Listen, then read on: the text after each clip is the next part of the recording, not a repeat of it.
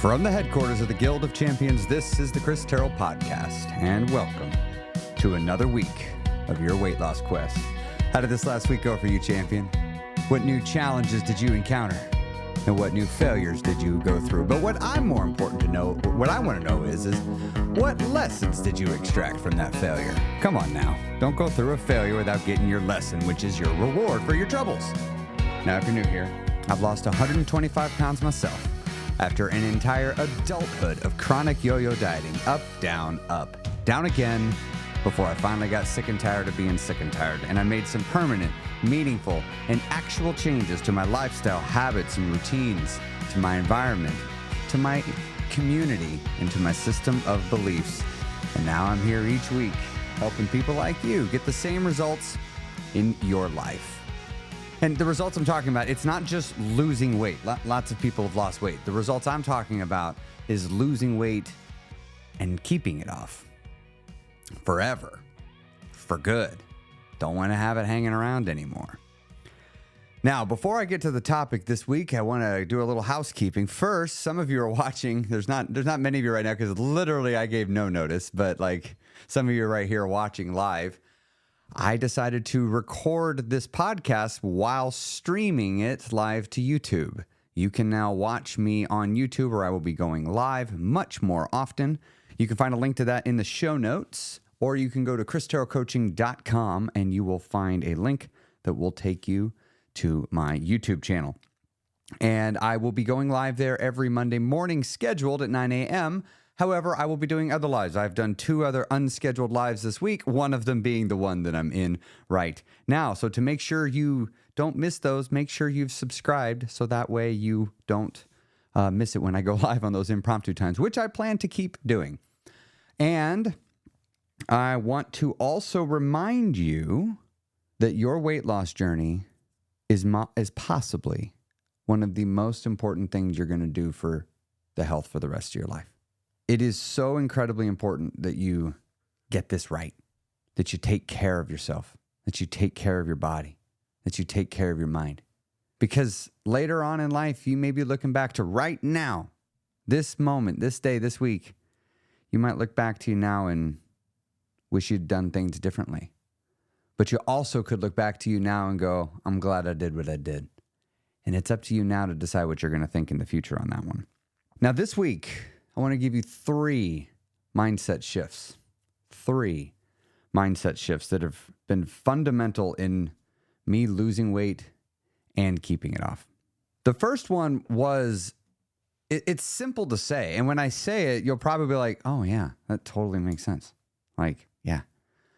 And I know it did to me with the idea showed in my head. I don't know where this idea came from. I cannot pinpoint this one to a person, to a book. I just can't pinpoint it, but there is an element of it that I can address to it. But let me tell you what it is, this idea that showed up in my head, which is I need to collect the habits of thin people. I need to collect the habits of thin people. Because there I was, big guy, been battling my weight constantly, up, down. And I started thinking about it a little bit on a macro level, like just much, much higher up instead of like day to day or month to month, but start thinking of it of like decade to decade. And I started thinking like, I don't live my life like the people I know that are thin. Like I'm not talking like what I do for work, because I worked with thin people. So it's not that, but like the thin people I worked with, when we talked about our life outside of work, we didn't have a bunch in common.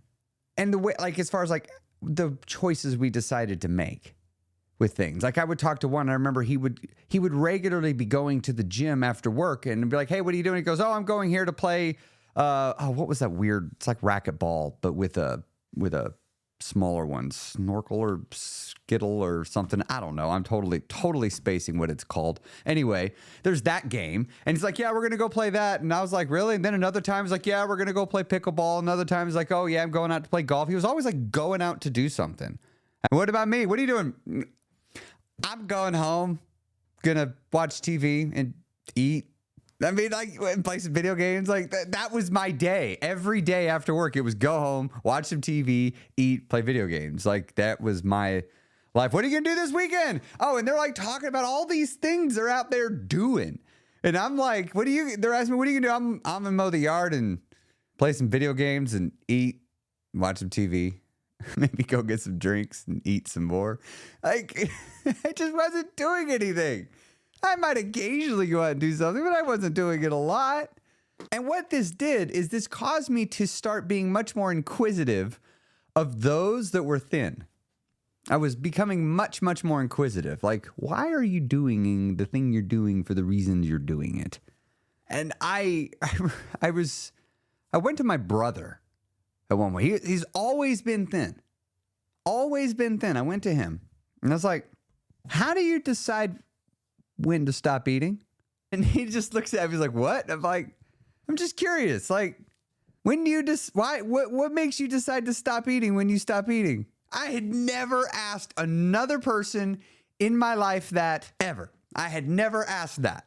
And so he answered and it was simple. He's just like, I like to have a really big, full feeling at night. So I just don't eat much during the day.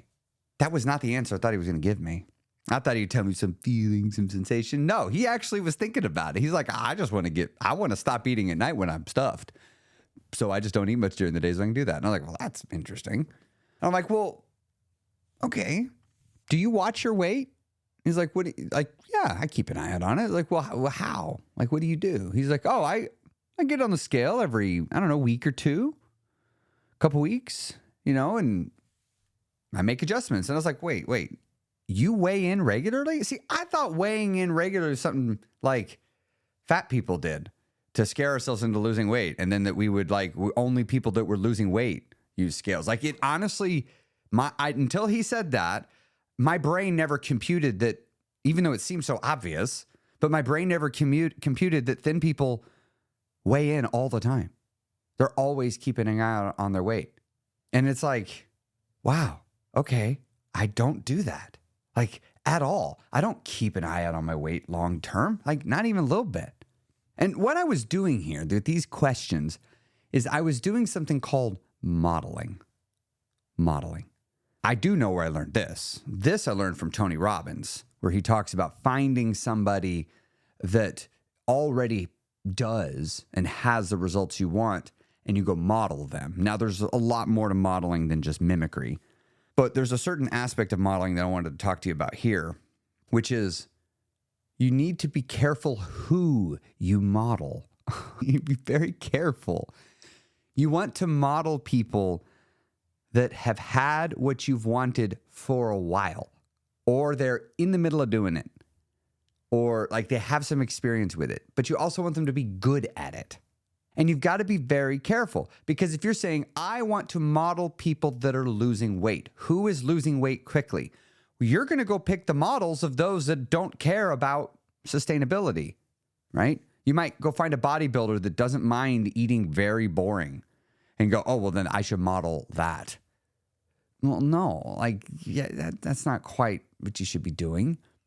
Like, so if you're 300 pounds, who should you be modeling? You should be modeling somebody that has never had a weight issue. You don't need to model someone that needs to lose weight. You share the same problem. You both don't know how to not gain weight. Something's missing. And so you need to go find people that have been thin for a long time and just chat with them. Be like, hey, how do you decide what to eat for lunch? And then when you go to a restaurant, like, hey, how do you decide what to order? Like, do you ever get worried that you don't get enough food? Like, what if you order a small amount of food and you're done eating and you're still hungry? What do you do? What about exercise? Do you exercise every day? No? Okay. How often do you exercise? 3 days a week. Okay. How do you have a particular time that you like to exercise, or is it open-ended? Like, you just start getting inquisitive. Just get curious. Ask them questions. People love talking about themselves. And trust me, how they take care of their body is a big deal to them. It's very personal. And so, like, they're going to be very eager to speak about it to you if you just start asking them questions. So find people that have had the results that you want, that also have the body that you want, is what I'm going to suggest here. Now, you can branch outside of it. It's not like if you're a woman, you have to only go talk to women. You can talk to men too. But you should talk to women also and find the things that are unique to the women angle. And if you're dudes, you can talk to men and women, but you need to talk to dudes and get the unique dude element of it. But there's a lot of stuff. The majority of the stuff is the same because we're all humans. Like humans have a lot of things that work similar. Like, sure, there's some nuance there for men and women, but it's really not as much as you think. And the reason why I want you to model someone that is thin, that has always been thin, is because of how long they've been doing it. If they've been doing it for a long time, chances are what they've done is they've weeded out all the unnecessary stuff. They don't focus on the unnecessary things. So it'll be interesting. You'll talk to somebody that's always be thin, and you'll find that they don't even a little bit pay attention to things that you think are a really big deal. So you're like, what about this? And they're like, I just don't worry about it. Like, well, yeah, but it affects it. They're like, I know, but this is too much work. I'd rather just do these things. You'll find that people that have been doing it a long time, it's not like they're doing a whole lot. It looks almost effortless, but they're just focusing on the most important parts, and they're getting really good at that. So be mindful of the lifestyle that the model has when you're picking who it is that you're going to model. And look for the areas where, hold on. Oh yeah, I'm getting that later. Okay, so look for the areas where you disagree. I'm going to put a pin in that. We're going to move to the next point because we're going to come back to that one. Now, here's the next mentality shifter I had in the beginning of my journey that really, really helped me be successful long term. And it is how I feel is more important than my weight. Let's rewind the clock all the way back to the beginning of my journey. While I'm considering what is it I'm going to do? What am I going to focus on? What is going to be my objective? I'm thinking about that. And I had already arrived at this conclusion that I should probably not trust my intuition because my intuition has been wrong. I should start just doing literally anything other than what my intuition says I should do. So I'm looking at the scale and my intuition is telling me I should focus on the scale and use the scale. And I'm like, well, why do I want the scale? Let's get deeper. I love levels of why. It's a big thing. Like, I want this. Great. Why do I want it? Okay, I want that. Okay, why do I want that? I want to get to the core of it because maybe I can get what I truly want via a different pathway. And when I looked at the scale and I started thinking, what is it I want? What I realized is I want to feel better. I want to feel good. I want to feel comfortable in my skin. I want to feel thin. I want to feel confident. I want to feel happy. Like, I'm doing all of this weight loss stuff because I want to feel a bunch of feelings. That's what I want to have. I want to live an experience in my body. If I were to summarize it, is I just wanted to feel better. Better. How much better? It doesn't matter. Better. Any amount better is better. And I'm going to be very, very happy with that. And this was a big mentality shift because in the past, before that, I didn't want better. I wanted best. I wanted, what is the best? What is the maximum I can do? Let me do that. Instead of just saying, let me just do better. Better is more sustainable in the long haul. And so I decided in the beginning, and I would advise anybody else in the beginning of their journey, to begin with just chasing the feeling of feeling better, like I've improved, like I've done more. And so I'm there in the beginning of the journey, and I'm like, well, I'm not going to weigh in then. And you know what happened? Within my first week of doing all the movement and eating a little bit better and talking good about myself and taking all the pressure off myself to like, I've got to lose weight, just saying we're going to get there when we get there. As I started to do that, I just started to feel better. I started to feel happier. I started to feel more comfortable in my skin. And so I just kept doing it because I liked how I felt. And then when I got on the scale a month later, and I see that I'm down like 4 or 5, 6 pounds. I don't remember. I didn't write it down because, again, the scale wasn't important. I looked down and I thought, that's lower. And I was like, wow, I feel better. This was easy. The scale went down. I've made changes, but none of them feel unsustainable. They all feel very doable. I don't feel like I'm breaking my back. And I lost, let's say it was 4 pounds in a month. And I was just elated at this because I was like, this is easy. I could do this for a long time. I could do this for a really long time. And I was never in a hurry to gain weight. And it felt like I gained it fast. So let's see if it works the other way. But let me tell you about the third mentality shifter that I had that was a really big deal. It was my willingness to be weird. I was not willing to be weird before. Like, I did not want to stand out. I didn't want to be the guy that was drawing attention to myself from some quirk or some preference that I have on how I want to live and conduct myself. I didn't want that at all. I really, truly wanted to just be like, no, nothing. And The challenges with weight loss is it does require you to do things sometimes that might make you stand out.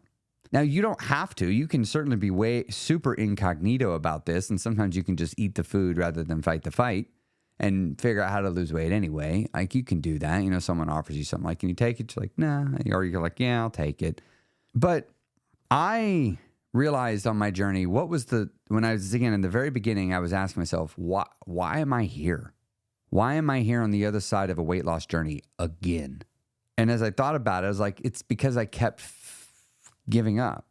I kept giving up on the weight loss part. And I was like, okay, so I give up. I never make it to the goal weight. We'll set aside the fact that that doesn't explain why I gained weight. We'll come back to that. But all right, fine. Why do I not see it through to the end? And it's like, it's because I quit. I mean, ultimately, what it boils down to is I quit every single time. All right, why do I quit? Because I come up with a really good excuse. That's why. Every time I quit is because I came up with a great excuse to do so.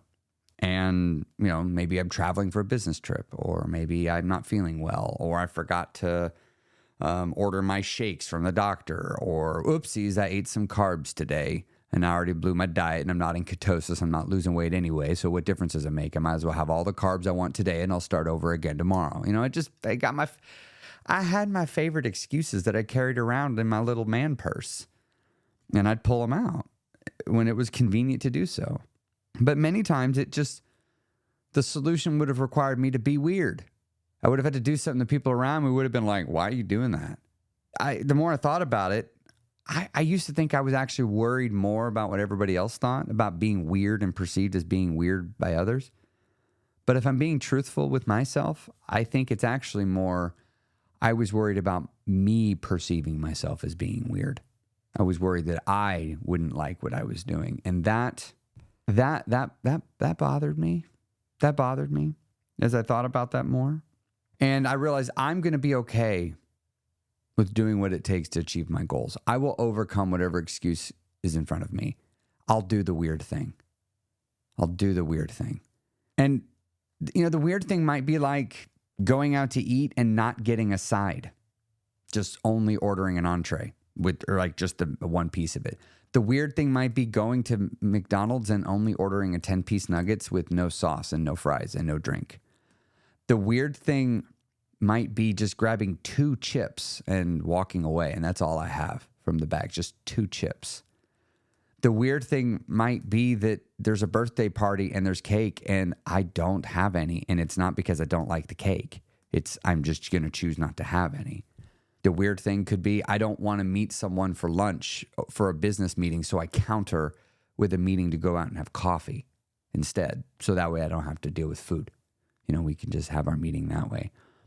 The weird thing might be blowing off a friend so that I can take myself to the gym. When they ask me, hey, what are you doing Friday? And I say, I got plans. And they say, what are they? I say, just got some stuff I got to take care of. And I don't even want to tell them that I'm just taking myself to the gym because it's just none of their damn business.